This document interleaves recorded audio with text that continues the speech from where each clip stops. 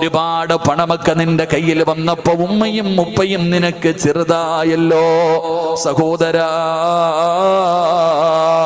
ഉപ്പാന് ഭക്ഷണം വാരിക്കൊടുക്കാ സമയമില്ല.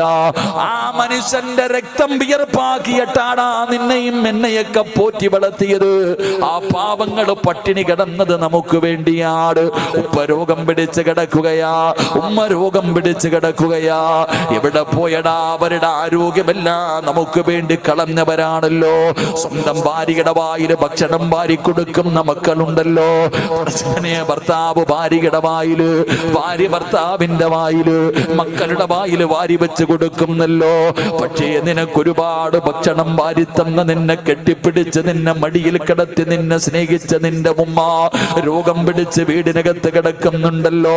ആ ഉപ്പാനും ഉമ്മാനും ഒന്ന് ഭക്ഷണം വാരി കൊടുക്കാറ്, ഒന്നടുത്തു പോയിരുന്നൊന്ന് സ്നേഹത്തോടെ